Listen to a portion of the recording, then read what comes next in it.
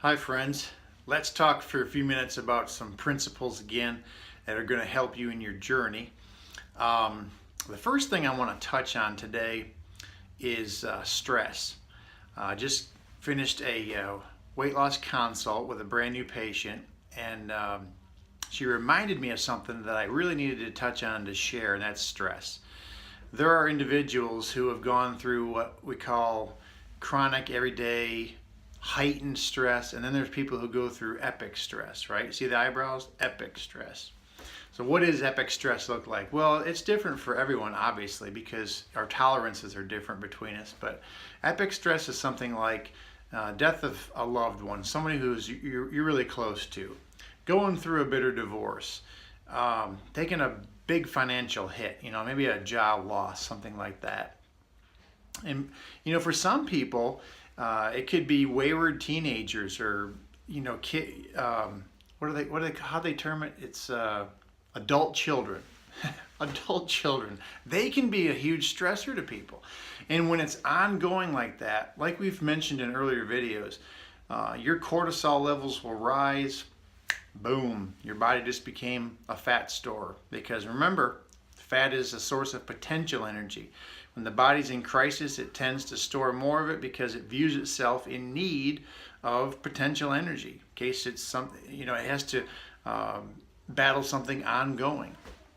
So how can we help ourselves? Obviously, there's some very simple, I made notes, so I just had to set them down for a second.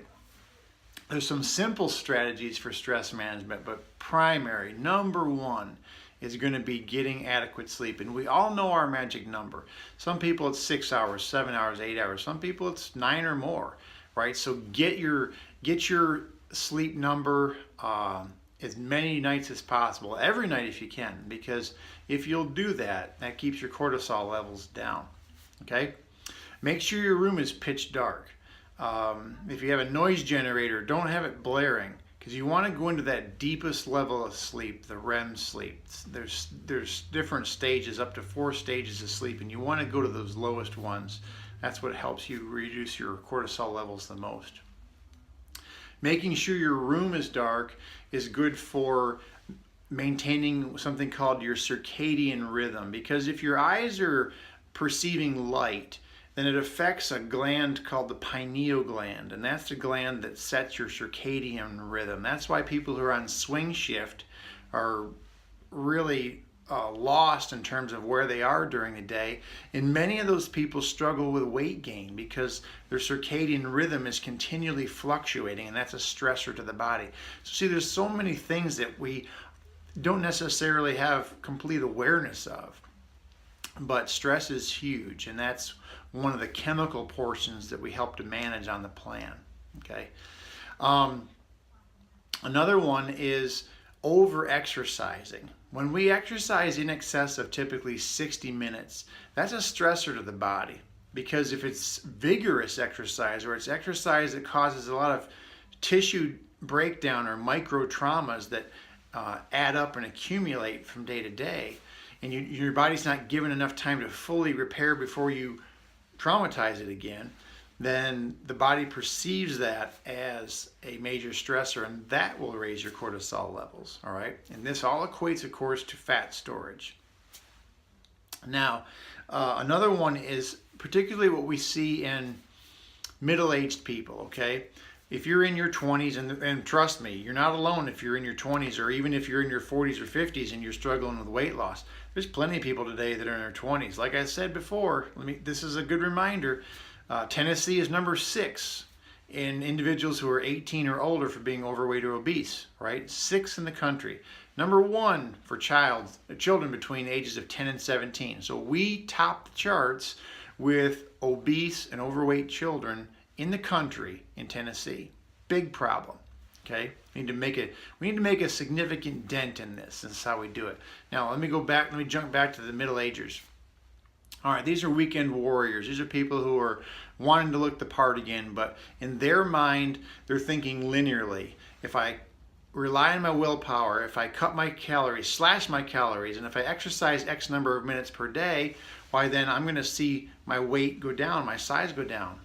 Not always the case, because if you're not addressing your body chemistry like we talked about, and your body's not shifting its metabolism, you're not resetting your metabolism, okay?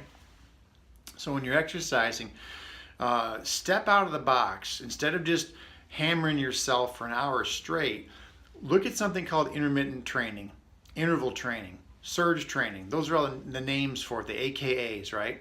Interval, intermittent, surge. Check it out. Look it up on YouTube.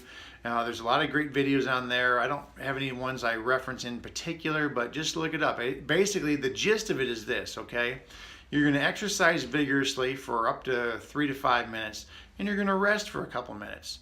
And you're going to go back and vigorously exercise 3 to 5 minutes, and then you're going to rest. Some just do 1 minute on, 1 minute off, 1 minute on, 30 seconds off. Just giving your body that rest so it's not continually being hammered and causing more harm than good. That's going to keep your cortisol levels in check, okay? So as you're doing this, and remember, don't mistake this. When I said originally that for weight loss, you're not required to have exercise, but it's always recommended. And it's more for cardiovascular conditioning, not necessarily just for burning fat. That's not our approach, right? And it's for better resting. Your body will rest better if you exercise. So in other words, you know as well as I do, if you take a long trip in a car and you're sitting there behind the wheel for 12, 14 hours, you don't sleep so hot that night because you've sat all day long. If you have a sedentary job, if you don't do some walking or have some kind of activity, you don't sleep as well because your body's designed for motion, designed for activity. Very, very, very important stuff, okay? And then what I'll do is I'll create another video. I want to talk about, in my next video, lectins. We talked about leptin on your first initial visit. That's a hormone that helps to signal the body that this is a good fat source by attaching to fat receptors on the surfaces of fat. But I want to talk about lectins, which they're a constituent of plants, particularly plant-based food, that are mimickers. They're cellular mimickers, so they actually can fool our body into thinking that that it's a type of cell when it really isn't. So it's a big producer of inflammation, and we all know now it's been broadcast very widely across many media, peer-reviewed journals in particular, health periodicals in particular, videos, that if your inflammation in your body, if your systemic inflammation is high, that you're at a greater risk for the big ones, for cardiovascular disease, cancer, and stroke. So very important. We'll talk about lectins, how to minimize them, how to navigate through those food choices so that you don't feel overwhelmed. That's the number one thing I hear from people is, I feel so overwhelmed. There's so much to learn, so much to know. How do you remember it all? Well, like I said, some guys, they like guns, some like cars and hunting and whatever else. I like nutrition. So I spend my spare time reading about it. It's just enjoyable to me.